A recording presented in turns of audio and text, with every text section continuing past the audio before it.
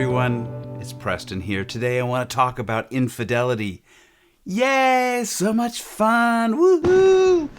If you listen all the way to the end of this video, you will find ways to either dramatically reduce the chance of infidelity happening in your relationship, or it will help those of you who are actually going through the catastrophe that it is right now know what to do to move forward. And I want to start by saying that infidelity is a really painful thing to get over. This video is not about how to get through that grief. It's about what to do next and how to create rules in a relationship that build trust and faith in your partner and build a healthier relationship than you've ever had before. I will be listing 6 steps you can take, 3 that you can do as a couple, and 3 that you can do as an individual.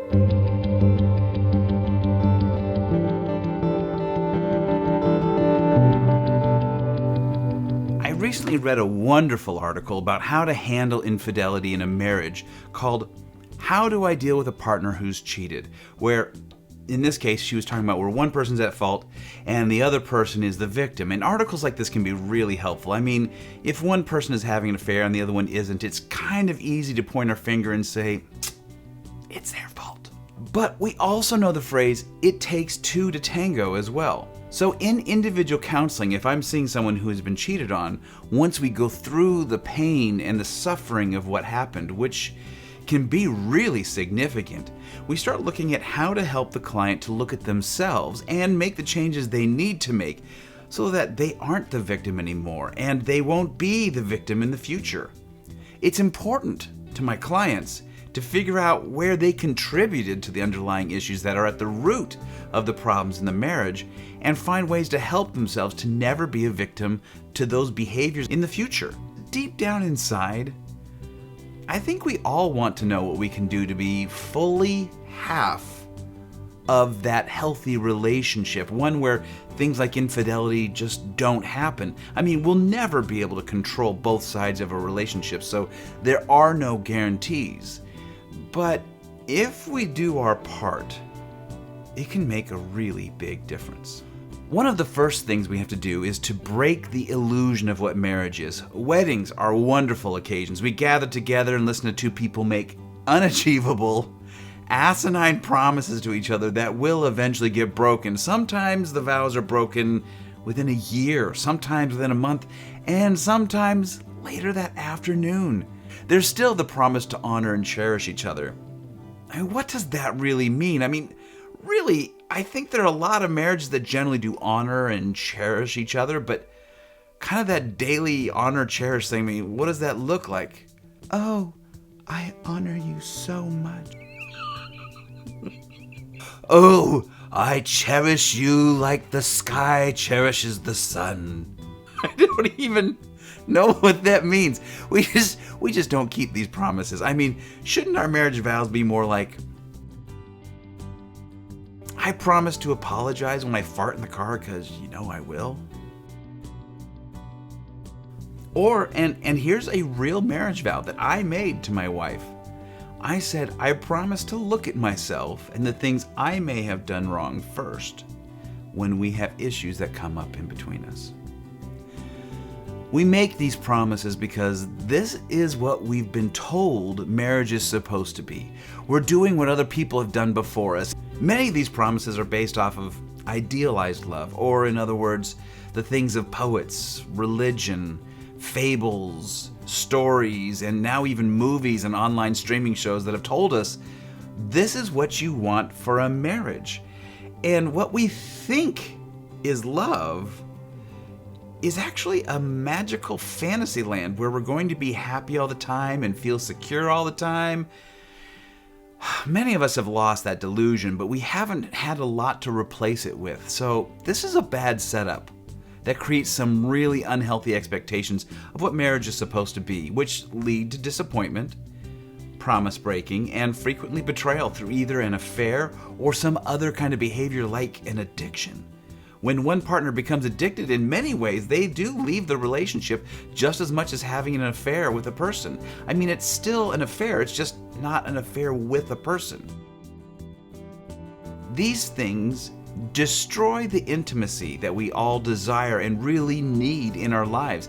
And it is the fantasy of idealized marriage that is one of the big problems here. So we need to get a hold of what the world tells us marriage is supposed to be versus what we really see in healthy marriages. There's this wonderful TED Talk given by Esther Perel, which I will put a link for down below here, about infidelity, and in it she focuses on the fantasy on how we try to make one relationship fill too many roles for any one person to be able to fulfill. She says that we have a romantic ideal where we turn to one person to fulfill an endless list of needs, to be my greatest lover, my best friend, the best parent, my trusted confidant, my emotional companion, my intellectual equal, and I am it. I am chosen. I am unique. I am indispensable. I am irreplaceable. I am the one. And infidelity tells me I am not.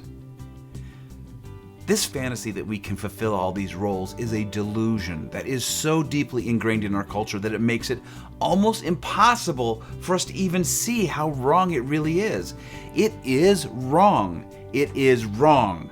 Did I mention it's wrong? While keeping your agreements in a marriage is one of the most productive ways to create security in a relationship, it can never compensate for an individual's lack of self-esteem or self-security. No one has the ability to make someone else feel secure. That is something we mostly have to do for ourselves. So let's make this marriage arrangement thingy a little more clear. First off, we're supposed to make reasonable agreements with each other that will help create security. But that's not what we do. Instead, we make agreements that have been handed down through our culture and history, and these promises need to be thrown out the window, driven over by a car, and left for dead on the side of the road. And with the exception of the agreements that are made that are reasonable, feeling secure has to become each individual person's responsibility. And we're going to talk about that here in just a second, because that could be a little tricky. So you want your marriage to be really strong, to feel really secure. Okay, forget the ideals you've been taught all these years and embrace these 6 steps. Here's the first 3 things you do as a couple. Number 1, define the agreements you have together thoroughly. This is a great thing you can do with your counselor. If you don't have one, reach out to me and I'll help you get hooked up with someone to help you get through this. If you don't have an agreement about something, you can't expect your partner to fulfill what you think in your head your partner should be doing. So start off brand new in this department. Let go of the old historical agreements that you've had and write your new agreements down someplace. Don't agree to things you might screw up. And even if your partner really wants you to, don't do it. That builds a false sense of security, and breaking your agreement will be far more damaging than being honest with your partner about your weaknesses and promising things you really will honor. For example, if you're the one who cheated, make a promise that you will spend time every day doing something that builds the relationship, like sharing feelings of love about your partner or seeing a mental health counselor, or hopefully, definitely the second one. Don't promise you aren't going to see your affair partner if you're not ready to keep that promise, which, to be honest, I'm using this as an example, but that's pretty much a promise that every partner is going to want. But keeping your promises is far more important than promising the moon only to be found out that you're just completely untrustworthy again. Do not lie. Repairing a relationship sometimes takes smaller steps than both of you'd like, but building trust has to be the most important thing you do. This single step, all on its own, can make or break the relationship, and this is how to reestablish trust and faith. Whatever you do, keep the agreements you make. Absolutely do not lie. Number 2, despite what you've been told, true love isn't intrinsically dramatic. One of the ways to help couples rebuild a marriage is to get rid of the old belief systems and to think of their relationship as 2 friends who choose to live together and make agreements that work for each other, to make the cohabitation as safe, satisfying, and as enjoyable as possible. It's just good to take a step back and start with the basics, and the love will follow.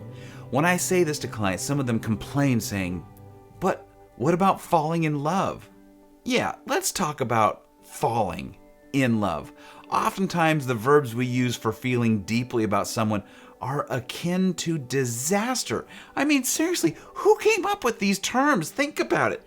Have you ever seen someone fall in the street and think to yourself, "Wow, that really looked like fun. God, I gotta get me some of that falling stuff"? No. Falling is a sense of being out of control. Falling is literally the opposite of stable, safe, secure. Let's not fall in love. That's not great. Or what about when people say they're crazy in love?